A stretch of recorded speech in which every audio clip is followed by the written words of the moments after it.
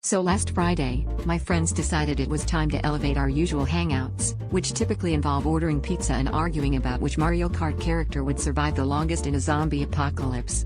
This time, though, we were going full adult, a fancy cheese tasting party. Invitations were sent by a group chat, complete with cheese emojis, and everyone was instructed to bring their most sophisticated selves, which for us meant showering beforehand and googling what is brie. Early into the evening, the red wine was flowing, someone had lit a candle that smelled vaguely of desperation and vanilla, and the cheese board was laid out like a Pinterest post gone slightly wrong. There was brie, cheddar, some blue cheese that looked like it had seen fangs, and a mysterious wedge that Alex brought, claiming it was artisanal. The only crackers available, however, were the sleeve of saltines I found in the back of my pantry, expiration date, last presidential administration. But hey, cheese is mold, right? So what's a little extra?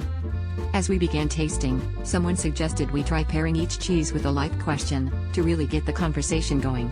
Suddenly, the room turned from light banter to an existential philosophy seminar. If you were a cheese, which would you be? Do you think the brie ever wonders if it could have been a cheddar?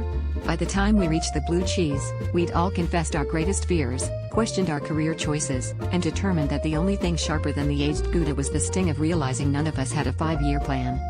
At the end of the night, looking at the sad remains of expired crackers and the untouched artisanal mystery cheese, which turned out to be a block of margarine, we realized our cheese-tasting soiree had successfully paired brie with existential dread. And that's how I learned that, much like a fancy wine, my quarter-life crisis is best served at room temperature, with a side of stale carbohydrates.